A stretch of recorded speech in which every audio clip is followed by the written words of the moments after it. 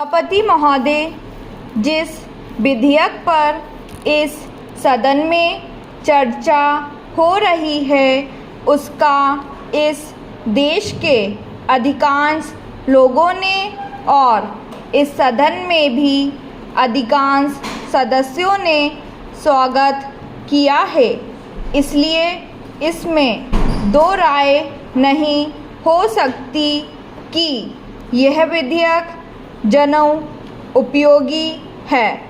यह ठीक है कि कुछ लोगों ने जिनके निहित स्वार्थ हैं इस विधेयक का विरोध करने की हिम्मत की है।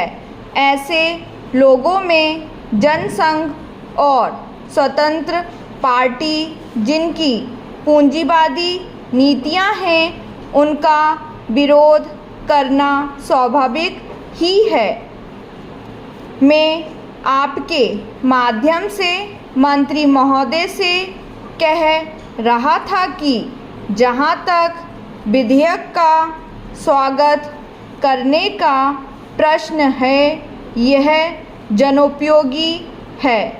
जहां मैं इस विधेयक का स्वागत करता हूं, वहां यह भी निवेदन करना चाहता हूं कि इस कानून को सफल बनाने के लिए, जैसा प्रधानमंत्री ने सदन में अभी कहा, जो लोग इसका स्वागत करते हैं उनको उचित दृष्टिकोण और ईमानदारी के साथ काम करना चाहिए।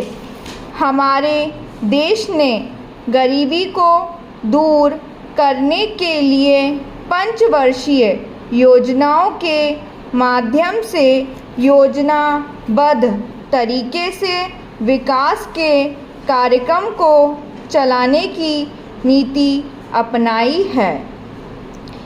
विधेयक के सिलसिले में जहां यह विरोध किया जाता है कि इस विधेयक से एक तानाशाही पैदा होगी, अधीनवाद होगा, वहाँ मैं यह निवेदन करना चाहता हूँ कि यह विधेयक उन लोगों पर जो पूंजीवाद के जरिए से, एकाधिकार के जरिए से हम पर नियंत्रण रखना चाहते थे और जिनकी पूंजी इस विधेयक के अभाव में बैंकों के माध्यम से बराबर बढ़ती जा रही थी, रोक लगाता है।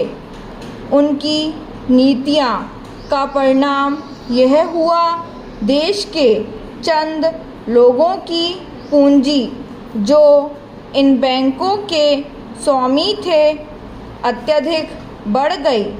हमें मालूम है कि स्वतंत्रता के बाद देश में बिरला और टाटा की पूंजी किस प्रकार से कई गुनी बढ़ गई है।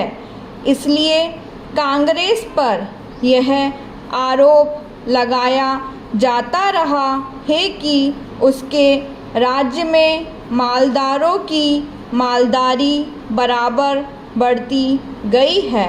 इसको कम करने के लिए कांग्रेस के निर्णय के अनुसार यह कदम उठाया गया। यह कदम स्वागत योग्य है, लेकिन जहां इस कदम का स्वागत करने की बात है, वहाँ इस बात की आवश्यकता भी है कि यह विधेयक खाली कागजों में ही न बना रह जाए। आज के ज़माने में हमारे शासन में जिस तरह से नौकरशाही का बोलबाला चला आ रहा है, जिसको यह सरकार समाप्त नहीं कर सकी है।